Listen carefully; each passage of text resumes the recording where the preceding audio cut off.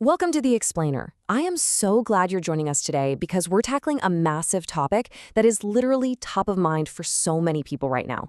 We are going to map out a highly pragmatic, incredibly realistic guide to buying your very first home in Kitchener, Ontario, and doing it entirely under a $700,000 budget. And honestly, the best part? We're going to figure out how you can actually achieve this without completely sacrificing your financial sanity or your everyday lifestyle. So, right out of the gate, let's just address the elephant in the room, this big, somewhat intimidating number. You've probably seen all the headlines shouting that the average Kitchener home price is hovering well over $700,000. It's actually closer to $735,000 right now. And yeah, that can cause some serious budget anxiety. But don't let that average number scare you off.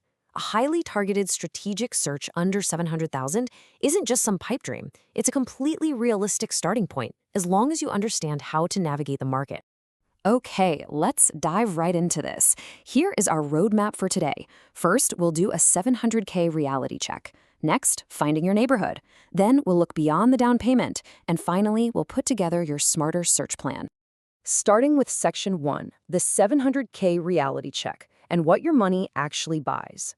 Look, success in this market absolutely starts with honestly matching the property type to how you actually live.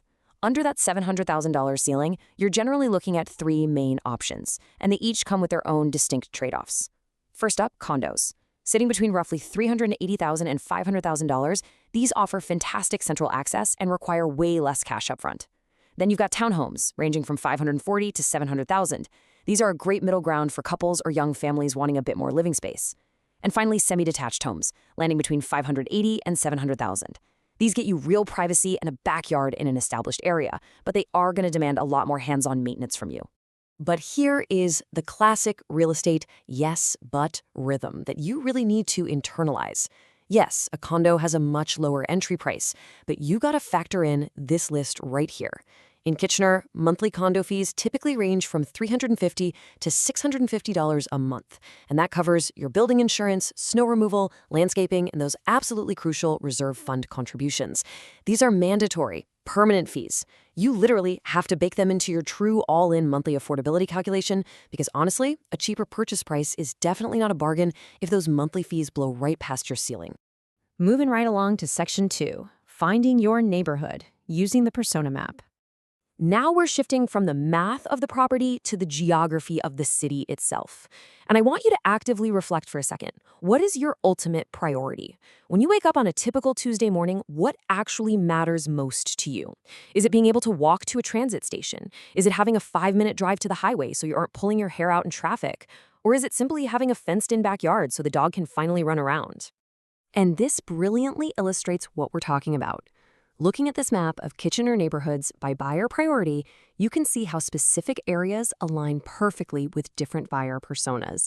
Whether you're a townhouse seeker wanting low maintenance, a condo buyer prioritizing that downtown energy, or a young family needing space, there is a distinct pocket of the city engineered specifically for how you live. Let's break this down. First, the Toronto commuter. If you're one of the many people making that trek into the GTA, you need to target Huron Park, Laurentian West, and Pioneer Park. These neighborhoods are the strategic play, hands down. Why? Because they provide crucial, straightforward access to Highway 8, Homer Watson Boulevard, and the 401. You are optimizing your door-to-door travel time here, which is huge. On the flip side, what if you're the urban transit rider? For the young professionals, urbanites, and investors out there who want to ditch the car dependency, downtown Kitchener and Fairview/Westmount are your prime targets. You're consciously trading square footage for extreme convenience here. You're gaining incredible, vibrant access to the Ion light rail, bustling local cafes, the fantastic Kitchener market, and true walkability. It's a whole vibe. And then we have the space-seeking family.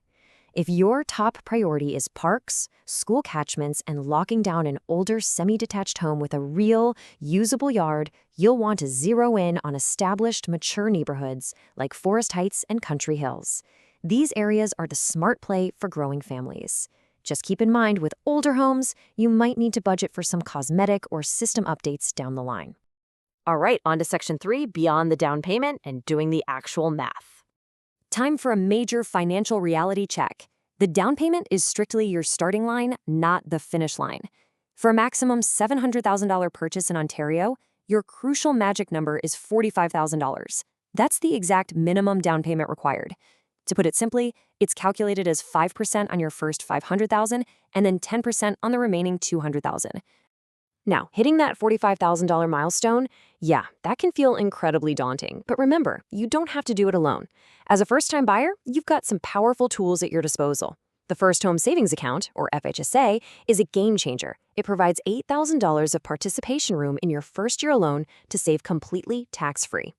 Combine that with the Federal Home Buyers Plan, which lets you withdraw from your RSP, and suddenly that steep hill becomes a lot more manageable.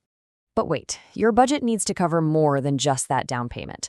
You've absolutely got to account for hidden closing costs. You're looking at budgeting between $1,500 and $2,500 for legal fees, another few hundred for title insurance, and please listen to me carefully here. Never, ever skip the $500 to $700 home inspection.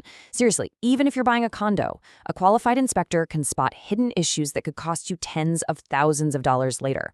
It is, without a doubt, the best money you will spend in this entire process.